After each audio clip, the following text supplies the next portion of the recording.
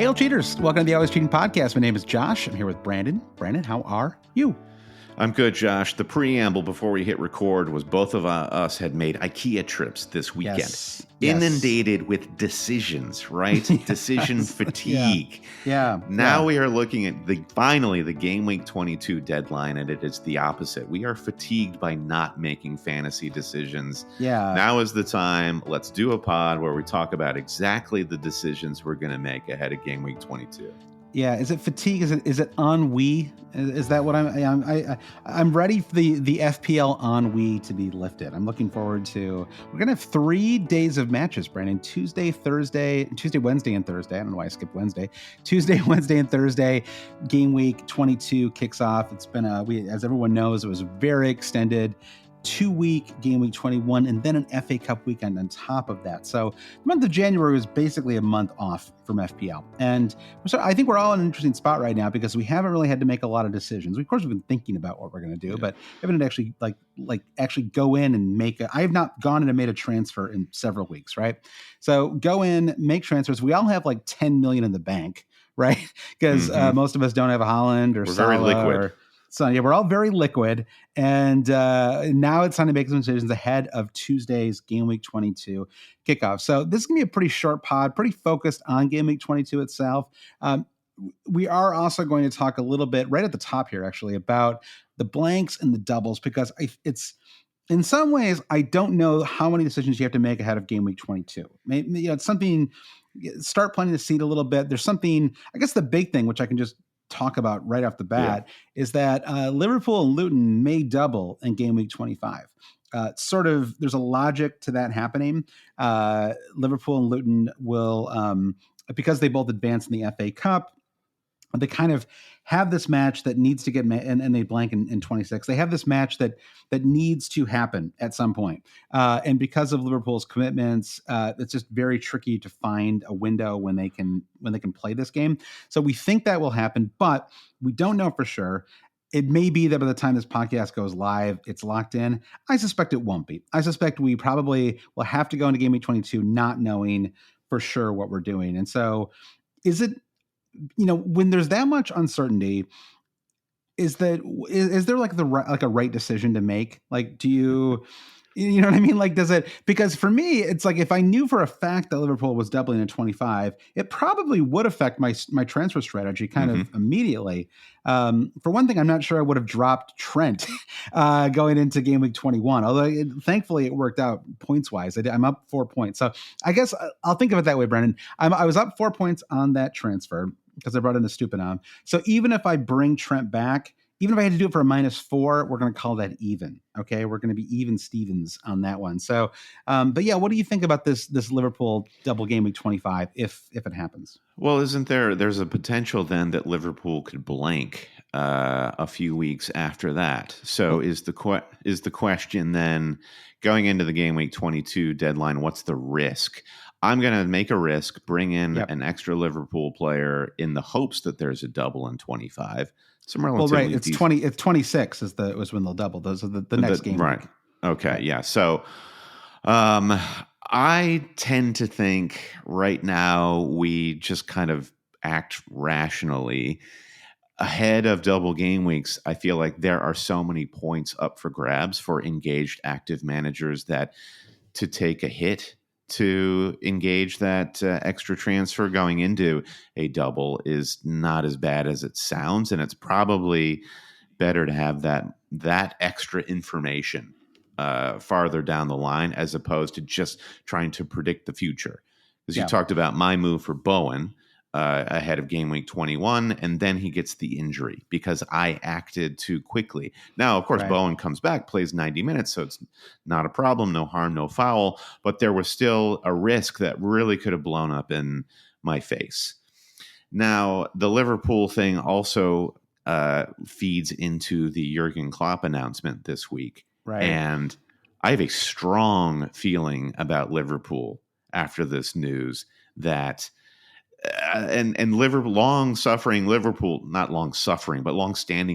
fans will say they've suffered less than like every other fan base except Man City, I would say, has Sure. In terms yeah, of trophies, let's yeah, say that as yeah, much.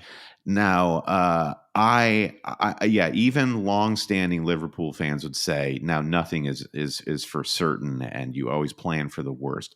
But I think this Klopp news puts all of the planets in line for Liverpool to win the title this season, and it also for me, just on top of how well Liverpool have been playing this season, it's not going to stop.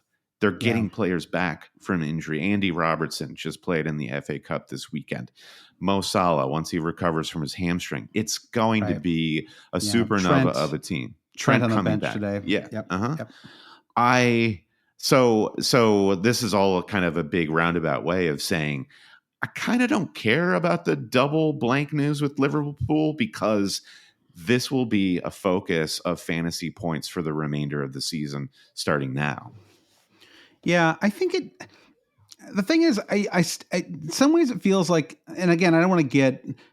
This is the problem I think with when you start to get too into, and this is, and I bring together the running order, so I take full responsibility here. But when you start talking too much about doubles and blanks, you end up in a position where it starts to, you focus almost all of your energy on preparing for these matches where people play. For anybody who doesn't know, double game weeks are just when a team has to play twice, and blanks are when the match is postponed, either because of, in the case of game week 26, the League Cup final, or because there's an FA Cup match that has to take place, and that runs at the same time as a Premier League weekend. It really is tricky. I was trying to compare that. It's very unique to football, right? There's really no other comparison, and like there's no American sports equivalent. It's not like there's some Champions League of NFL, and you're like, oh, the Lions aren't going to play this weekend because they've got to go to I don't know, Mexico City to play like an NFL match, or it's really it's very it's kind of rare the way it happens, and so it takes a little getting used to. And so I think, but in some ways, this is all very normal. I think 20, you almost, I mean, as long as you and I have been doing this, you always have 4 teams that don't play with the League Cup final. I think the one thing that has changed a little bit over the years is that we have the Premier League has gotten stronger and stronger, kind of top to bottom. And so you don't see quite as many FA Cup upsets as you used to. And so you tend to see Premier League teams making it further and further into the FA Cup, which I think does create more blanks, right? More game weeks where you can't play, because all it takes is one team, right, to not be able to play for that entire match to get to not be able to take place. Yeah. We have seen in some years, when, like, especially during the COVID seasons, where there was so much chaos that they would literally just take a match. Like, it was like, usually it'd be like 2 kind of bottom table teams that just had to play at some point, and they would just basically pluck that match into a game week, just move it in, right? Just because, like, it had to get played at some point. I think it's, in some ways, we're going to be in a kind of more normal space now, which is your kind of typical blanks.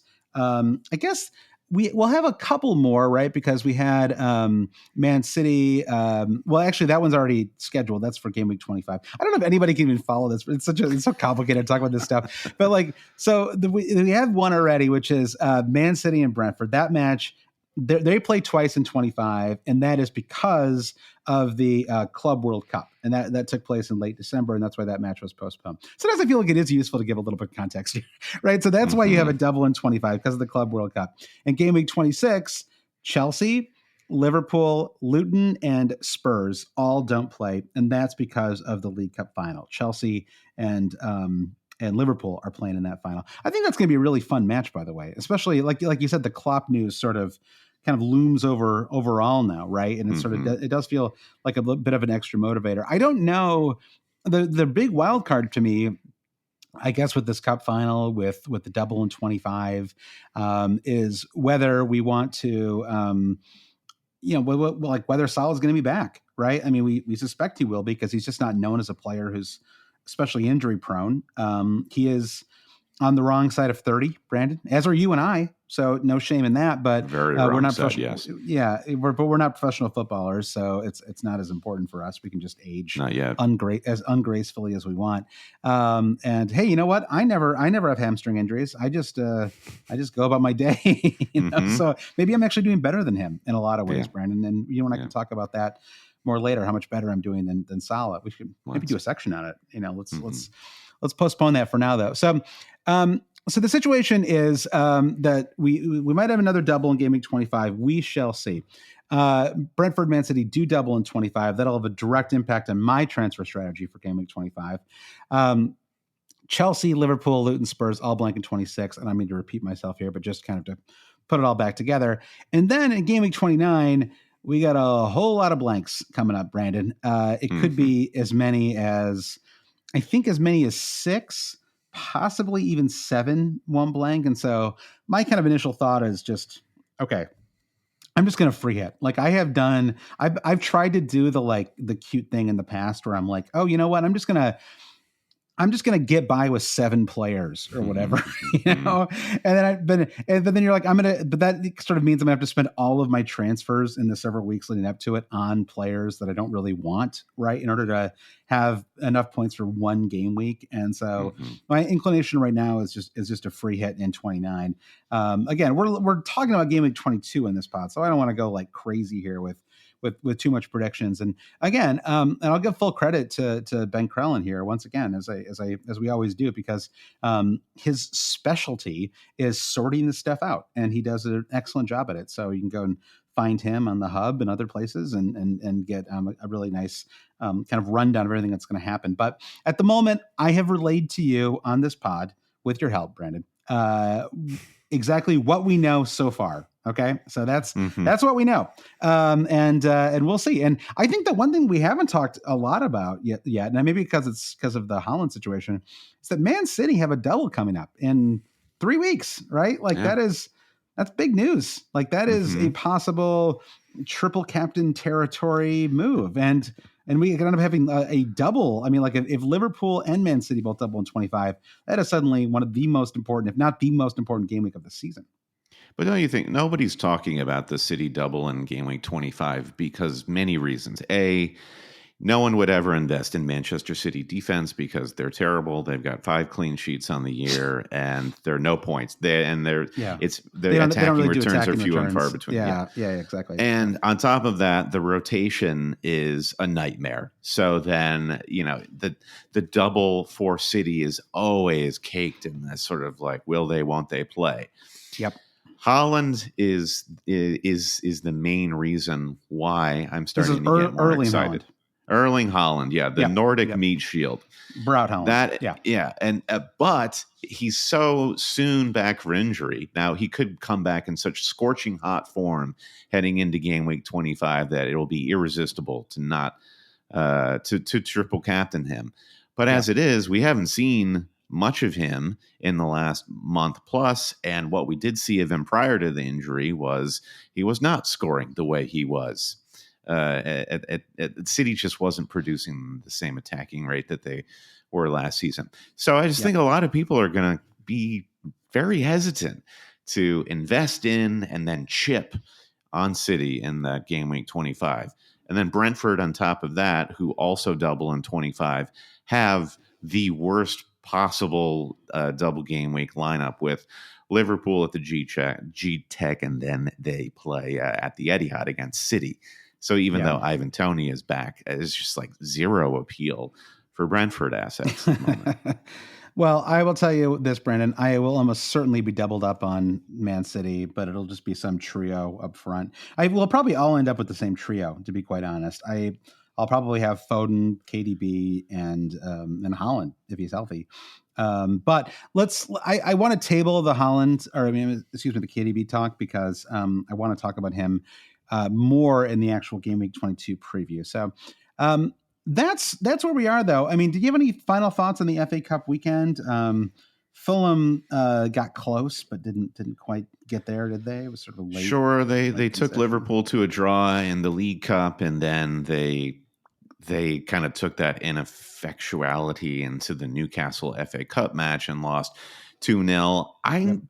There weren't too many surprises. I think the big takeaway would be on Saturday. Let's see. No, it was Friday when there were all these draws. So Forest drew against Bristol City, so there'll be a replay there. Chelsea played Aston Villa to a 0-0 draw. There's a replay there. So you've got 3 Premier League teams that then have to sort of like suffer through another fixture and the fatigue that comes along with that. I guess Chelsea is really the big flag. We're kind of all falling away from Aston Villa assets anyway. I don't think we learned a ton from the Spurs-Man City match. I mean, City really kind of, as they typically do at White Hart Lane, struggle to score, but they finally, when City struggle, who scores, Josh? It always has to be Nathan Ake, doesn't it? Right. Nathan Ake or possibly, oh my gosh, what is the midfielder whose name is suddenly escaping like Bernardo me? Silva, Rodri. Rodri. He will come through. Yep. I guess like if you're thinking about what type of rotation can I glean from the FA Cup fixture against Spurs, Oscar Bob on the left, no Grealish, Foden and Bernardo also in the attacking midfield, so no Doku. Yep. There on the bench, you had De Bruyne, you had Grealish, you had Doku, So, I mean, the FA Cup, it just kind of came and went. I don't see much to apply to our decisions for Game Week 22. Yeah, Jota started today. I know you've been looking at Jota as a possible transfer for Game Week 22. Did score. I guess you wanted him to start. I don't know. It's sort of tricky. Not play the full 90. Yeah, not play the full 90. He didn't play in the second leg of the League Cup semifinal, so he is not. It's not like he's on 180 over the last 5 days or something like that. So he'll almost certainly start. I think it's just. And this is something that, if Liverpool do double in 25, it's something we're going to have to talk about a little bit, because there's just a lot of rotation up front. And honestly, maybe the safest player is Darwin Nunez, and you and I are going to have to reckon with that, Brandon. Do I feel good about it? No, of course I don't. Do I want to have him on my team? Obviously I don't. Do I think he's kind of fun in a sort of chaotic sort of way? What's the chaotic neutral, or what is that, like that chaotic bad, chaotic good, chaotic neutral? So where do you put him where do you put Darwin on the spectrum? I think exactly. I think the best thing you could say about Darwin right now is he's risen from chaotic bad to chaotic neutral, and I think a lot of people listening would argue that he's chaotic good right now. The sentiment around Darwin is so much more positive over the last few weeks than it was previously. So the blank in 26, I think, is the roadblock for Darwin. And that's where you get that bias of like, I'm willing to take a flyer on a player I like in Diogo Jota and figure out what to do with the blank. A player I don't like in Darwin Nunez, maybe I'm going to blame the blank on me not getting him in. It's hard. It's just hard to it's going to be very tricky with that blank. I think, well, you know what? We've done enough blank and double talk right now. Double talk. I like that. We've done a lot of double talk, Brandon. We've talked ourselves into corners and out of it over the course of this pod. I want to get into, I think this is a pod where, listen, we've had a lot of fun today, Brandon, but I think it's time for us to talk about Game Week 22, get down to brass tacks. But first, I want to do a quick shout out to Patreon. Thank you all to our Patreon supporters. We did a fun Patreon YouTube live. You're going to be seeing more YouTube stuff from the cheaters. You and I have been working on our thoughts on YouTube, possibly even making this very podcast that you're listening to, the Main Feed podcast, a YouTube podcast. So, you can listen to it now on YouTube, but you can't see our beautiful faces, Brandon, and so our mugs. So we're talking about doing that. More to come on that front. However, I want to say thank you. By the way, we also had a special appearance from Q, my 7-year-old. Q joined us on the pod, so that was fun. Not the villain from Star Trek: The Next Generation. No, the final 4 letters of their name have been redacted. But Q joined us on the pod, and that was a lot of fun. So thank you to everyone who supports the podcast. If you would like to support the podcast, you can go to patreon.com/double Always Cheating. Say thanks for what we do. You can join our Discord. And there was a suggestion from Nick, Nick, Patreon supporter, said, I am struggling a little bit with motivation. This is what these are his words, not mine. He says, could we do a second chance league? And I know that like the Premier League, the FPL does this, but it's like 9 million managers in it. Who cares? So it's like yeah, get out of great, here wow, with this. yeah. I lost it to somebody who hasn't made a transfer in 16 weeks. That was super fun. I have decided that this is a good idea and that we should do it. I think sometimes when people do these second half leagues, though, they make the mistake of doing it when the festive fixtures are still happening and it's too chaotic and people forget to join. So I took a quick look before we started potting, Brandon, at the calendar, and I have decided that we are going to do a second chance league for Always Cheating Patreon supporters, and we're going to do it starting in game week 24. Okay. Game week 24. There's a full week between game week 23 and game week 24, right? Game week 23 is February 3rd.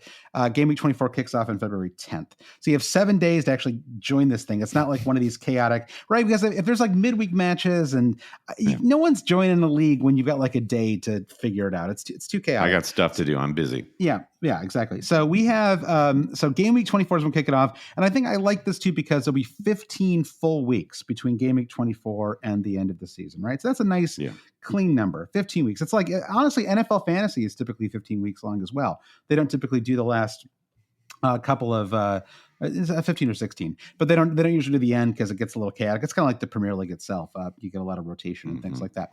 So we'll do a 15-week second half league. And Brandon, what should the prize be for this league? Should we how about an NFL jersey of your choice? Wow, not even Premier League. Just no. We should reach out to the NFL and have them sponsor this league as not the second half chance league. It is an NFL style, not an NFL style, but just like the time span of. I like this. How about we'll do what's that like kit website, the like where you can buy worldsoccershop.com. Yeah, World Soccer. Yeah. So maybe the rule is you can have anything as long as it's not a Premier League. Like we're going to force everyone to branch out here. So you want an MLS jersey? Great. Sure. You want rugby? Love it. And and maybe you and I will get whatever the winner gets as well. Would that be kind of fun? And then you and I can like, I like it. So if you want us to rep your like local club, or you want us to, whatever team, if you're like a Chicago Bulls fan or whatever, we'll do that too. So that'll be kind of fun. And we'll take a picture of it and we'll share it with, so let's call it the second half Premier League, non-Premier League chance league. I like it. And what I like about it is how elegant it is. Maybe we can find an acronym for it, like Agents of S.H.I.E.L.D. kind of thing, and we can use that. So we're going to do that for all of our Patreon supporters. Go to patreon.com/alwayscheating. We'll post about this ahead of, multiple times ahead of Game Week 24 to make sure everybody gets in. But that will be, so basically the way that league will work is it will only count your points beginning of Game Week 24. You won't have to start a new team or anything like that. It's just going into Game Week 24, whatever team you've got, you start at 0 and it'll go from there until the end of the season. So for anyone who's never done a second chance league, it is a great way to get motivated. And so if you have a sibling or a family member that you've been trying to coax into doing fantasy, maybe this is a nice kind of yes and no. I mean, if you're joining right now and then someone's got to explain blanks and doubles to you, it'll probably go about as well as it did with you and me at the top of this pod. But that is a possibility. So anyway, patreon.com/alwayscheating, where you can go to support the podcast. If you're already a current patron, we'll make sure that you get into this league as well. Let's take a break, Brendan. We'll talk about Game Week 22.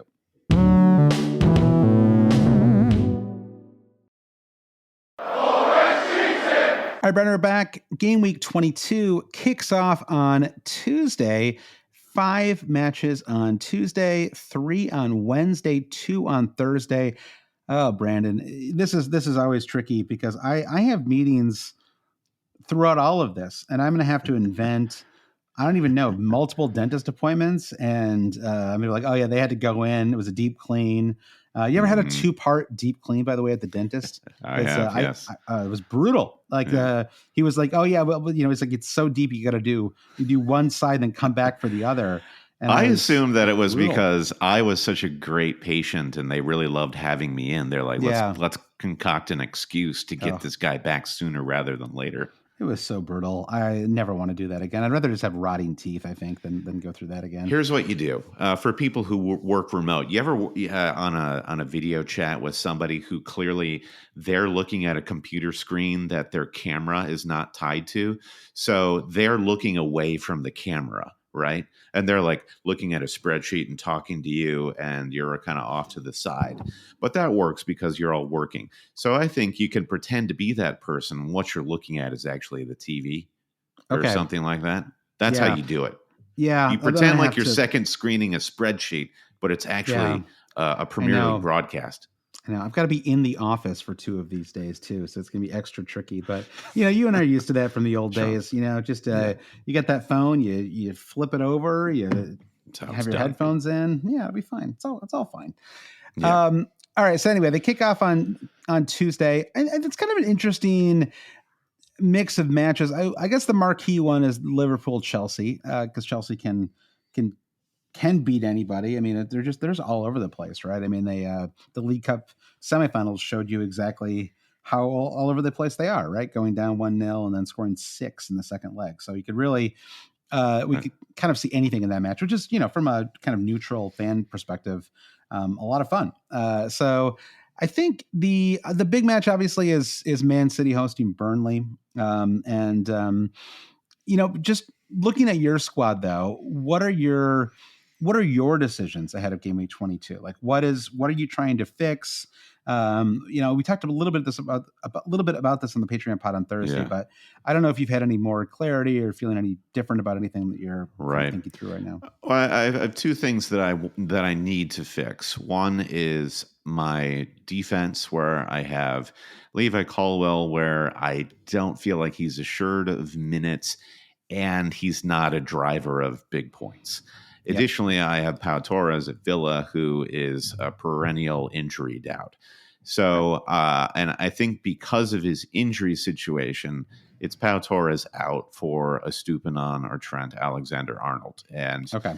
the blank news does, it has some sway, but I'm going to stand by sort of what I said at the top of the pod about how I think Liverpool are just going to be such a juggernaut for the rest of the season that I might be willing to ride that blank in game week 26. Yeah. So that's issue number one. And then I am considering a -4 to get some more firepower in my midfield, because right now the starting 4 across my midfield is Cole Palmer, Saka, Bowen, and Sterling. And Sterling Mhm. to Sterling either a is city mid, yeah. maybe De Bruyne or Jota Mhm. is definitely a strong consideration for a -4. That leaves me sort of, I feel like I have to be content with my front three with Alvarez, Solanke, and Watkins, though the imminent return of Haaland, where Pep has come out and said that Haaland is in good enough shape to get minutes. It didn't Mhm. seem like he was intoning that Haaland would start against Burnley, but we could see some sort of a substitute appearance against Burnley. Yep. So obviously not a priority heading into the game week 22 deadline. But who's going to become Haaland, and then who potentially could become Darwin Nunez if that 25 double does arrive, or if we just really want to go all in on Liverpool. So that's sort of like secondary goals are to reshape my front three, but primary goals for 22 is number one, defense, and number two, possibly a hit in the midfield. Yeah. I would feel good about going Jota myself if we get confirmation of a 25 double. Yeah, I would say me too. that would feel like a strong move. I'm in an interesting position right now. I have 0 Liverpool players because I dropped Trent ahead of game week 21, and obviously I don't have Salah either. So obviously, if they do double, I'm undercovered in a big way.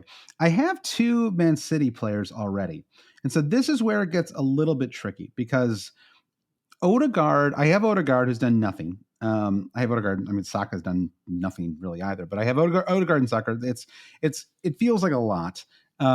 However, it also doesn't feel like I could certainly get by with starting Odegaard away to Forest, right? It's not Mhm. like I don't see that as being like a match where Arsenal are going to be held to less than a couple of goals in that match, right? So holding him for a week would be okay, and hope that I get a little bit more information about what's going to happen, and with some of the doubles.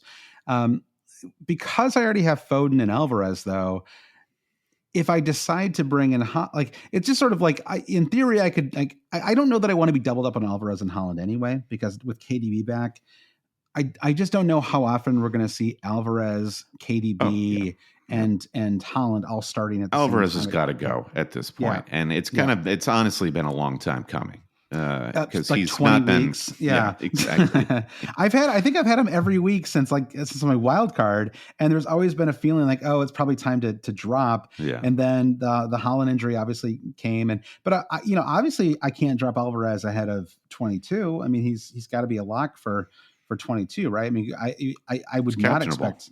He's captainable. I would not expect Holland to start this match, or possibly even make the bench, right? I mean, we'll see. Like, the thing is, because there are two matches, there's a midweek match and then the weekend match. I think that there is, you don't necessarily need to even have Holland play this Burnley match, right? Like, you could wait until the weekend if he's not quite ready yet.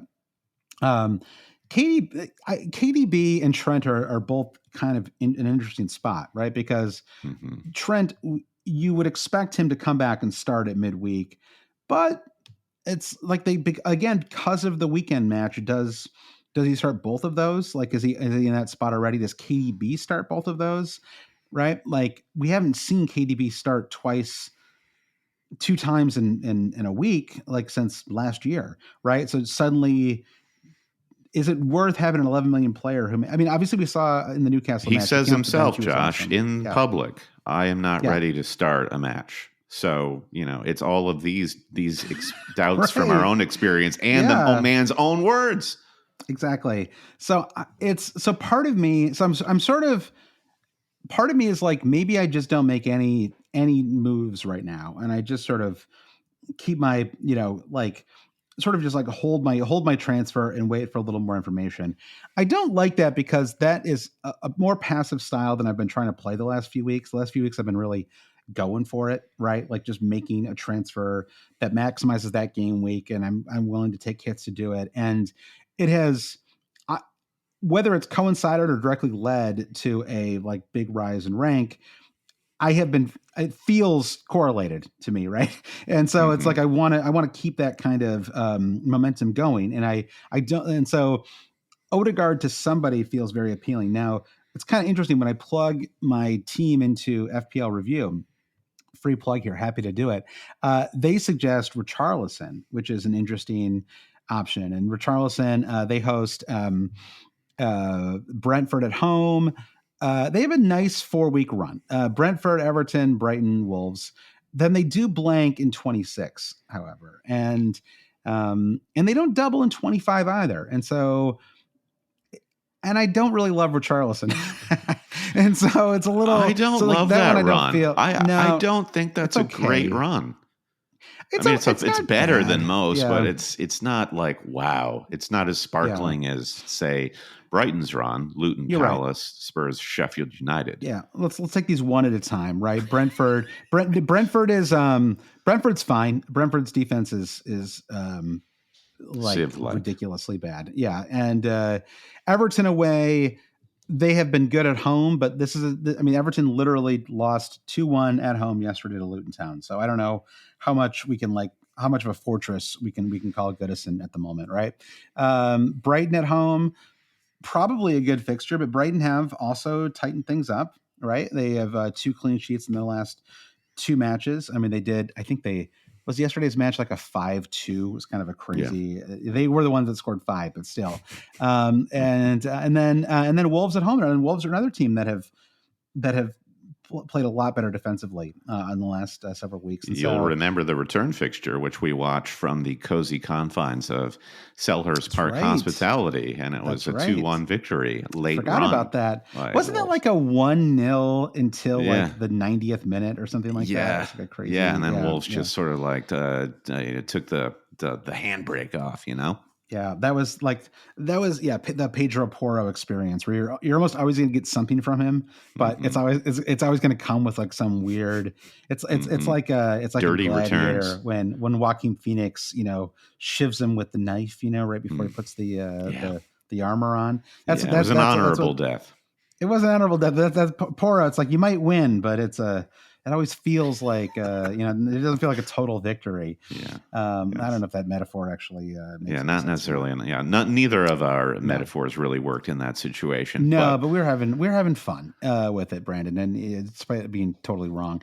So I think I don't actually know why I don't. I really wish we had a little more clarity on whether Liverpool were going to play twice in 25, and I suppose I'm just going to wait until Tuesday and hope that I get a little more information. My inclination at the moment is to just kind of go for it with Kevin De Bruyne and just bring him in and hope that we get some starts out of him. But I really want to get a sense from the forums, and this is just me being honest right now, right? Like I haven't made a decision yet, and I don't want to sound like I'm equivocating too much, but I haven't I don't want to lock myself into a decision for a couple more days, right? Because it'll basically be like Tuesday, in our case, early afternoon, right? When we've got to lock our teams in. And so mhm. typically you'll get some press conference information, you'll get some team forum stuff, you may get some leaks about lineups. So I'm just going to kind of wait a little bit. I also, in my situation, I have Gabriel, who is still flagged as well, the Arsenal central defender. And whether he plays or not is a big factor. I'm also a little. I have Isak as well, still haunting my team a little bit, Brandon, and I can't quite tell what's going on with Callum Wilson. Like, not only is there like a chance that he might be transferred out, but like I know that he's been battling. Like he didn't even make the 18 for Newcastle in yesterday's match. So are we like how much longer? So he's got this calf injury still. So we have to assume he'll still. If he didn't even make the 18, I can't see him starting at midweek for Newcastle, right? So No, I probably just roll with Isak for one more week easy, and easily. hope I get away with it. So I think like my instincts tell me, oh yeah, and then they play Luton and on Saturday too. You're So yeah, fine. I think Yeah, I've got to just Isaac hold is him. not a Yeah, problem. yeah. So my inclination right now is honestly to roll, which again I explain why I don't love that, but when in doubt, just burning a transfer to do it does not feel like unless I see like clear upside here. The one thing is that when I look at my bench, I literally don't have a healthy player on it, so Hmm. there's a little bit of risk there. Like if one single player comes down with any kind of injury, I may have no bench options at all, and that is a little suboptimal, right? I was thinking about Liverpool, and you can say a lot of things about Klopp and the emotional roller coaster they're about to embark upon. The upcoming final that Liverpool and Chelsea are going to play, if you look back at all the results from recent years for Chelsea v Liverpool, Yep. the start of the season, Chelsea hosted Liverpool to a 1-1 draw. Prior to that, and let's go all the way into the COVID season. I'm working backwards, Josh. The results Yep. of them playing together: 0-0, 0-0, 0-0, 0-0, 2-2. Now we're in January 2022. Hmm. 1-1, 0-1, 0-2. It's generally not. Um, it's not Fun. a fun affair. No, it's weird. However, It's weirdly unfun usually when they play each other. I don't know why that is exactly, but and yes, it why does is go it? that way. But I still have this strong feeling that Liverpool are just going to actually rip them to shreds on Wednesday. Clearly, that can't be based on any historical reference because it's not even Yeah. been true under Pochettino at Chelsea. Oh, totally. But it's there's the Klopp factor now. There's the Holland being or Salah being out. I think it's a hard one to predict. I would expect both teams to score. I'll say that much. I think that I don't see Yeah, Liverpool keeping a yeah. clean sheet in that match. So that's something to think about, I guess, if you're looking at Trent as a possible option. So yeah, that it's like there is the ultimate passive move is for a fantasy manager who has Raheem Sterling is to keep Raheem Sterling and say like, well, maybe. Visiting Uh, his hometown club. Yeah. So, they're speaking of history. It's our There childhood it is club, I right think. Yeah. there. And Yeah. that's the position I find myself in. That is like the ultimate Brandon move of, well, Raheem, maybe you'll do something. I don't think you should. I think you should take a -4. I really do. I think you should grab a defender and a midfielder and just. I think you need the juice. I think you need the juice to have two fresh players going into midweek. I Yeah. think. I think you need to be like fired up a little bit. I think you're When it right. when I think you're yeah right. yeah Yeah. yeah I need there. yeah There needs to be a spark because there ain't no fire in this team right now. And I'm the manager, Josh. yeah exactly I'm the manager. I need to bring that fire into the locker room. So I agree with that take. yeah So, all right. So those are yeah. our teams. What else do we Just need to get Trent. consider? Yeah, get Trent and Jota. That seems like fun. Just risk it. If I do anything, I think I'll differentiate between. I'll get maybe one Liverpool, one City guy. I think is Okay. kind of how I'm leaning.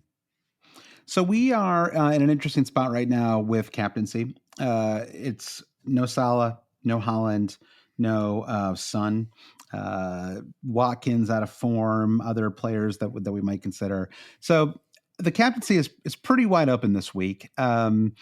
Again, if you look at some of the stat tables, Richarlison is way on top. Saka, who just somehow, we've talked about this before, kind of the worse he performs, the higher he seems to go on the stat tables. I guess I should say performs from a fantasy perspective. I suppose there are things, but also Not like in I don't know. bed. It feels I don't know. I don't know what I'm saying. Honestly, like my brain is telling me that he's out of form, but I don't know. I guess the underlines are still there, and I'll acknowledge those. And I don't want to sound like old man yells like Cloud here, but it's to me, Saka is not a captain option. He's not somebody I would consider. Richarlison, I guess if I had him, I might consider him, but my inclination is to look at that Man City match and try to find the right player to captain for that match. And so at the moment, my bus team, Brandon, if I get hit by a bus in the next 2 days, I am going to be going into Game Week 22 with Phil Foden captain, who I don't think I've ever captained in all of his many years in fantasy. I don't think I've ever once gone into a game week with him captain. But my feeling is just that he's going to. I just can't see him not starting this match, right?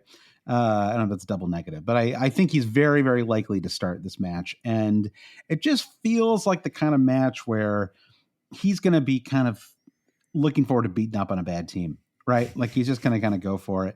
Is should we worry about Vincent Company going back to his old squad? Is there any He kind of he might suit up for this one. You never know. It might help. Yeah, exactly. So, but I think that I could see. Well, that actually is interesting. I mean, just because I brought it up, maybe Pat doesn't pour it on as much because it's company. Is that a thing? I don't know. That's a I guess great way he's to like, show respect is to and pour also it on. that is true. Actually, I mean, Man City have slaughtered Arsenal a few times under Arteta, so I think we can put that one to bed. But yeah, I think that I would probably my inclination would be to go Foden because I think his ceiling's a little bit higher. Alvarez, who I think is very likely to start, probably very likely to get an attacking return in that match, but just seems in general to have a lower ceiling. And then KDB is the wild card option, right? Because it's just not clear to me if he'll even start this match. Mm-hmm. Yeah, I agree. We were saying KDB, if he doesn't start, could potentially be like the worst pick for Game Week 22. It'd be so brutal. Unfortunately, or we'll get another Newcastle thing where he doesn't start and then he just comes on and scores 19 points anyway. Yeah, that's kind of like fear mongering there, yes, and I can't play that way. He still remains a fun and interesting pick. But I am on a Julian Alvarez captaincy right now on my bus team. He is my only City player, so I do agree with you that City Burnley fixture is the one to target. I did put the vice on Bukayo Saka. Just got to respect the stats. And respect the what a great way to tip your hat to stats is just like a completely meaningless vice captaincy. Now vice captaincy has come into play at earlier parts in this season, so fair enough. But I think that's the way I'm going to play it.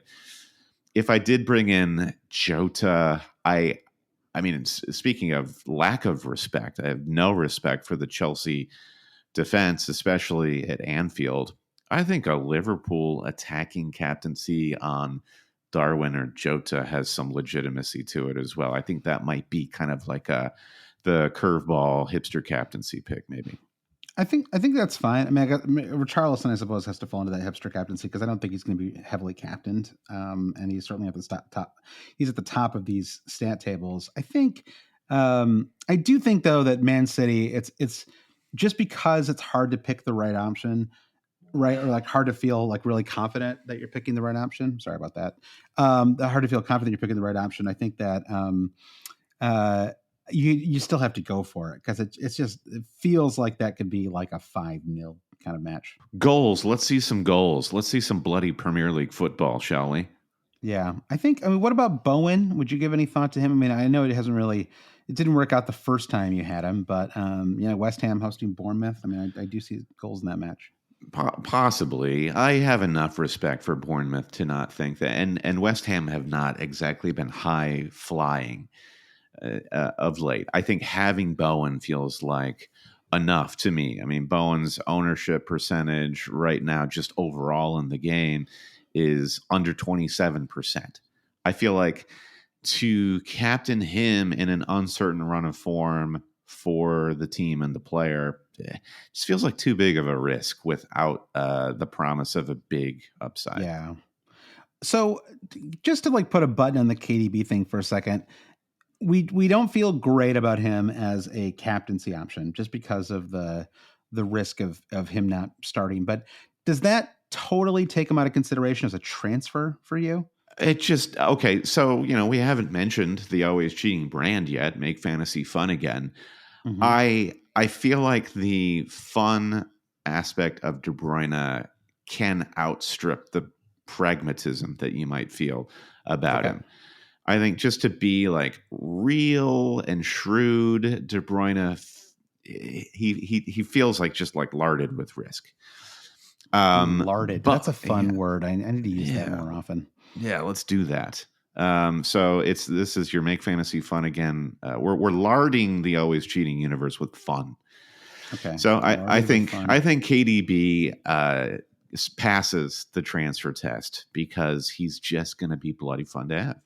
It's my second use of the word bloody in this podcast. Okay. I think you're right. I think he's super fun to have as well. They double in 25, so I don't know. Are you going to get? It's just like a proceed with caution sort of thing. Like if you bring him in and he doesn't start, you can't go. I mean, I guess you can do whatever you want, but I recommend not going onto Twitter or our Discord or whatever and being like, what a disaster. Oh my God, I'm freaking out. Like you just have to accept that you may not get starts out of him and that he can still come off the bench and do something. And I would say with a midweek match and a weekend match, he's going to start one of those two matches. I think there's a good chance of that. So does he start both? I think that's extremely unlikely. So is the way to look at De Bruyne is not necessarily in the Burnley fixture vacuum, but also I don't think it's worth picking De Bruyne up for some sort of long view.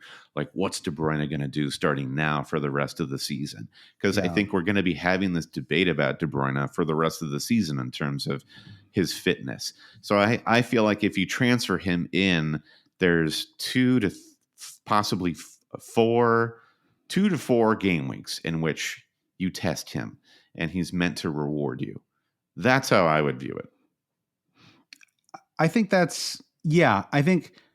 definitely not long term, but okay, this is actually something we talked about, I think, a little bit on last week's pod, which I think is still relevant here, which is that he effectively creates the slot in your team for a 10 plus million player, right? So he like exists to get replaced by Son or Salah in a handful of weeks, right? Wow, so, he's like the main character in Never Let Me Go, the Ishiguro novel. He's just like he's cloned to have his organs harvested by Son and Salah. I was thinking maybe it was like a Blade Runner, and he only has like a 4-year, life window. It's like he's like a clone. It's good, Don't they like die after 4 years, right? Sure, so it's like android, Does Kevin De Bruyne dream of Electric Sheep? It's a good name for this week's pod, Brandon. If we were, we don't do oblique names, but sometimes I wish that we did. All right. Yeah. Well, we're almost done here because I really want to focus on game week 22. We talked a little bit about what's to come. We talked about captaincy. So at the moment I'm on I'm on Foden. That may change, but I kind of like it just because it feels like a fun pick. It's a make fantasy fun captain pick, as long as it's Sure. in the same vein as your KDB make fantasy fun transfer option. Mm-hmm. So I want to do two things here. Okay. One is the MFFA game of the week, Brandon. So if you are busy or, you're an East Coaster like us and these matches are all in the afternoon, what's the one match you want to sneak away and try to watch over the next 3 days?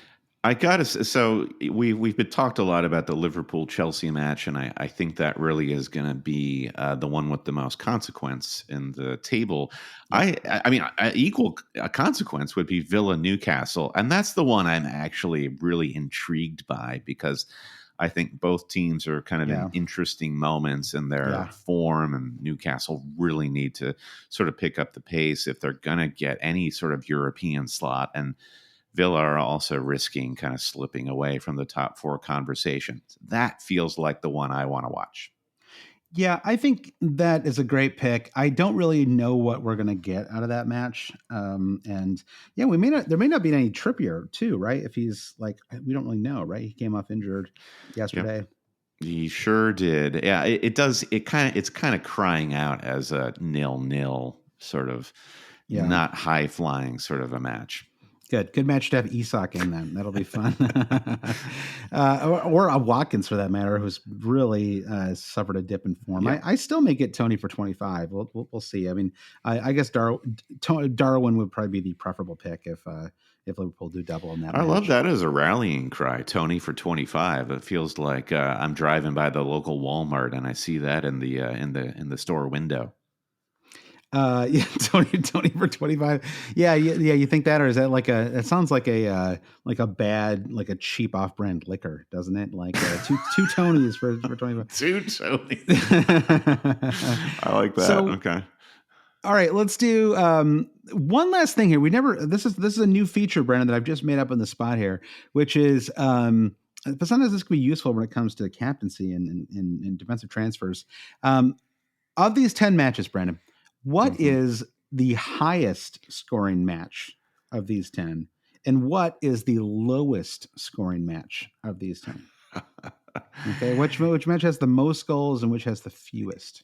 I do wonder if Arsenal are just going to put like 7 past Nottingham Forest. In what manner? Who could say? Who could say? And also, I would assume that Forest would score 2 in that particular match. So I'm thinking 9 goals might be the floor for Forest Arsenal. It does feel like a pretty high scoring match. I agree. I mean, Man City, you'd expect goals, but it feels like that one's going to be a little more one-sided, right? Mm-hmm. And Liverpool, Chelsea, just all that what you were just saying before, it does feel like that match is so frequently a dud. It's hard for me to think that's going to be like a wide open affair. I think what about that Wolves, Spurs, Manchester United. Sorry, I just talked over your shout there. Let's come back to my interesting pick. What did we going to say? Spurs? Well, I was going to say Spurs Brentford to me just feels like another match that could be really wide open on both sides. I mean, it's almost like cheating to ever even have Spurs in this conversation because it feels like there's always a chance you're going to see 7 goals in kind of any Spurs match. But that one feels like that has the potential to be a pretty high scoring game. Yeah, yes, agreed. We finished the game week with Wolves Manchester United, which I think was 1-0 to start the season for Manchester United. Here we've got the reverse. Who could say what to expect from Manchester United? But this feels like a very low scoring match. Yeah, I think that one or Palace Sheffield. It's hard to see that as an especially high scoring match either, right? That's a tough watch. Okay. Yeah. You've heard of pure watches. This is the always cheating tough watch. All right. Well, that's your pod. We wanted to get this one up and out nice and quickly. So, we'll have another hour and 50-minute pod just around the corner, Brandon. I'm sure of it. So, thanks everyone for listening. Again, thank you to everyone supporting the pod on Patreon. Again, we're going to kick off that second chance league in game week 24. So you got a couple weeks to make your transfers and get ready for that and start your thinking on that. So, and I think that I actually have already forgotten the name of that contest, Brendan. The second half Premier League, non-Premier League chance fantasy league, I think is contest. what we're calling. contest. Yeah, Yes. fantasy league contest. Yeah, nice and simple and easy to remember. So that's what we're going to do. It's going to kick off Game Week 24. So if you want to join that, go to patreon.com/alwayscheating. By the way, earlier on, Brendan, I forgot to mention Miles. Welcome to new Patreon supporter Miles. Much appreciated. You becoming our newest patron. So Brendan, do you want to thank our producer patrons? Yeah, and for the tardiness, we'll throw Miles here in the list for 1 week only. Miles, don't get any big head about this. But also thanks to producers Mike DePietro, Trevor Ingerson, our buddy Chris Howell, Babas Kuhn, James Holland, Dave Wegner, Lodall, Nick Wright, Lazarus Yanos, Bruce Kerr, Brian Chin, Blair Jacobson, Todd Byerly, Andy Portlock at FPL Merch, Kerry Swanson, Jefferson Turner, Buffalo Wild Wings, Francis Moore, Sam Shower, Caleb Robbie, Volker Polson Kruger, Alex Holcomb, James Keatley, The Saint, Bob Fox, Craig Jackson, Charlene F. Kadakia, Terrence O'Donnell, Heath Cram, Thomas Tislov, Noah and Louise, Travis Grant, Linus Vennerstrom, Dan Parsons, James C., Matthew Skinner, Fro Jacobson, Brennan, Daniel Hart, Lolly, Ben Coombs, Eric Kite, Gareth H., and Rune Sandberg. Rate, review, subscribe wherever you get your podcasts. Follow us wherever you get social media. Visit our website, alwayscheating.com. I'm excited to have fantasy back, Josh, midweek or and all. Let's go. I'm excited to make fantasy fun again. I'm excited to have actual matches that count. I guess I like them. I want the cluster back. I don't like one match at a time. I need 5, Brandon. I'm a child of the. I may be a millennial, Brandon, but I've got a Gen Z heart. I need a lot going on all the time. All right. Well, thanks everyone for listening, and we'll be back next week and Thursday, of course, with our bonus Patreon pod. So talk to you soon. Bye.